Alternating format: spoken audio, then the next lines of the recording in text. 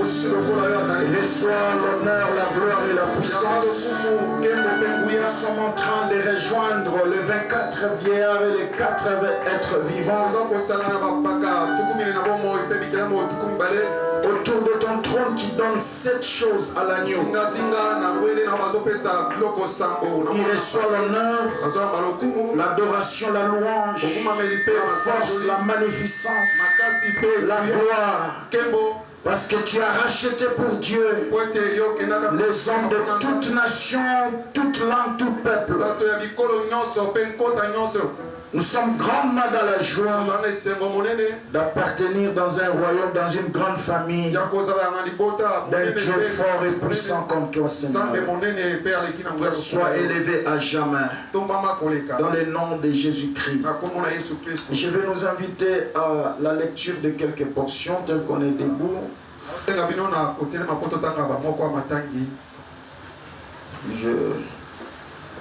Nous sommes dans les livres. Je demande à Ketia de m'aider rapidement ici. Venez monter rapidement. Nous sommes dans... J'ai toute une pile de textes ici. Je ne sais pas si on va tout lire, mais... Exode chapitre 4. Exode chapitre 4, nous lisons les versets 13 à 16. Exode 4, 13 à 16.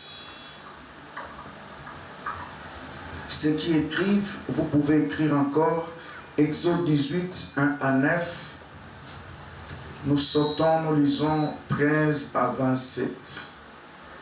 Exode chapitre 4, le verset 13. J'ai lu la parole de Dieu, notre Seigneur Jésus. Nous glorifions l'Éternel. Et il dit, ah Seigneur, envoie, je te prie, par celui que tu enverras.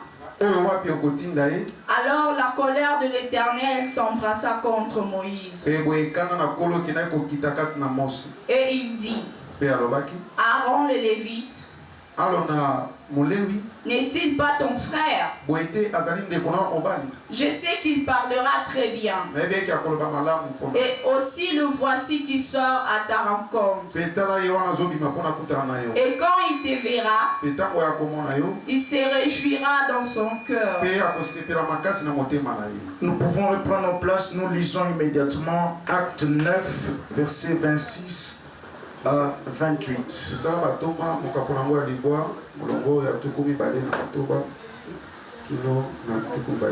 Acte chapitre 9, 26 à 28. Acte chapitre 9, verset 26 à 28. Je lis la parole de Dieu au nom du Seigneur Jésus. Il cherchait à se joindre aux disciples. Et tous le craignaient, ne croyant pas qu'il fût disciple. Mais Barnabas le prit et le mena aux apôtres. Et leur raconta comment sur le chemin il avait vu le Seigneur, qui lui avait parlé et comment il avait parlé ouvertement. J'aime lui ce gars-là, il parle de franchement. À Damas, au nom de Jésus, et il était avec eux à Jérusalem, allant et venant. Et parlant ouvertement au nom du Seigneur. Merci, on peut s'arrêter par là. D'autres versions, on va continuer à citer. Que Dieu bénisse sa parole. Le message que nous voulons partager ce matin, c'est le mystère des aides de la destinée. Les mystères qui se cachent dans les alliés ou les aides de la destinée.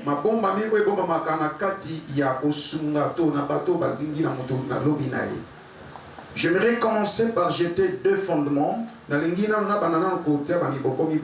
tout premier, c'est que votre destinée a besoin des alliés.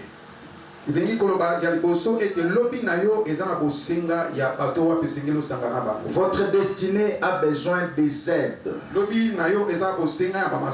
Des hommes et des femmes qui peuvent porter cela. Que des gens aujourd'hui qui sont en retard dans leur destinée, tout simplement parce que ils ont eu autour d'eux des hommes qui ne les ont pas aidés.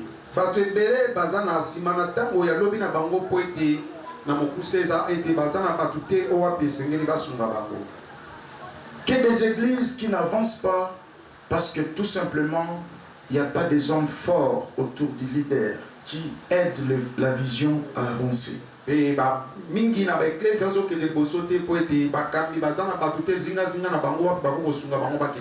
des entreprises, des activités qui n'avancent pas parce qu'il n'y a pas des hommes forts, il n'y a pas des hommes excellents qui peuvent apporter l'activité ou l'entreprise avec une vitesse.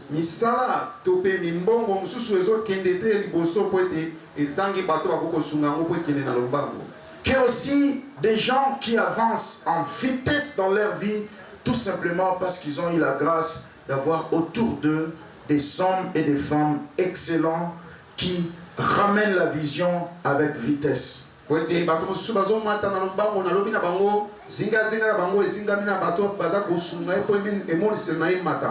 Le mystère qui se cache dans les alliés de la destinée.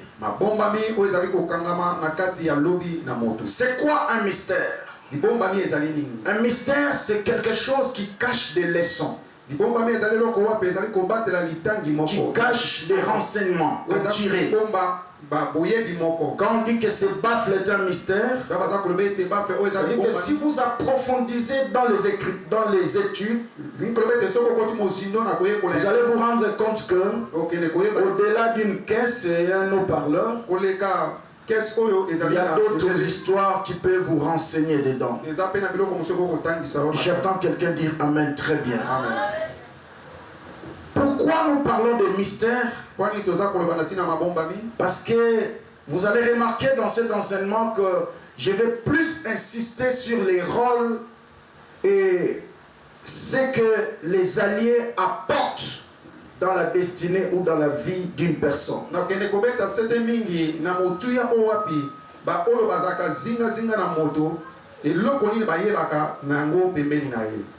La destinée, c'est quoi?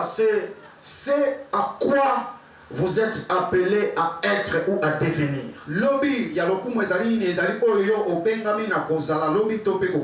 Votre identité spirituelle, votre appel, ce que Dieu attend de vous, c'est ça au fait votre destinée. Tu vas remarquer au travers de cet enseignement, je vais te montrer qu'il y a certaines personnes qui sont à un pas de l'accomplissement des promesses de Dieu dans leur vie, mais qui manquent tout simplement des alliés.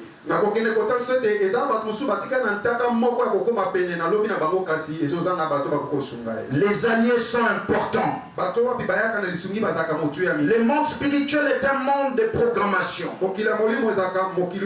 Dieu dit dans Ésaïe 46 à partir du verset 11.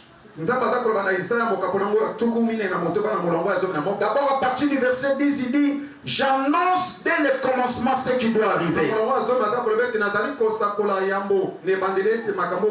Et je prépare un oiseau, un homme qui vient de loin pour accomplir mes desseins. L'homme qui vient de loin, c'est ça ce que nous appelons dans cet enseignement un allié. Ceux qui sont avec nous ici, ils savent que depuis le dimanche passé, ou ceux qui nous sont fidèles sur YouTube, qui suivent nos enseignements, ils savent que nous sommes dans la continuité. Nous étions en train de parler de ce grand personnage Barzillai. Cet homme riche qui a découvert David dans le moment d'humiliation. Il n'a pas découvert David dans la gloire, mais dans des moments d'humiliation. malédiction, où il venait d'être détrôné par son fils. Il fouillait d'ailleurs. La Bible dit Barzillai l'a rencontré. L'histoire c'est dans 2 Samuel 17, à partir du verset 27. Pour rafraîchir votre mémoire. Cet homme, regardant seulement David, il a compris beaucoup de choses.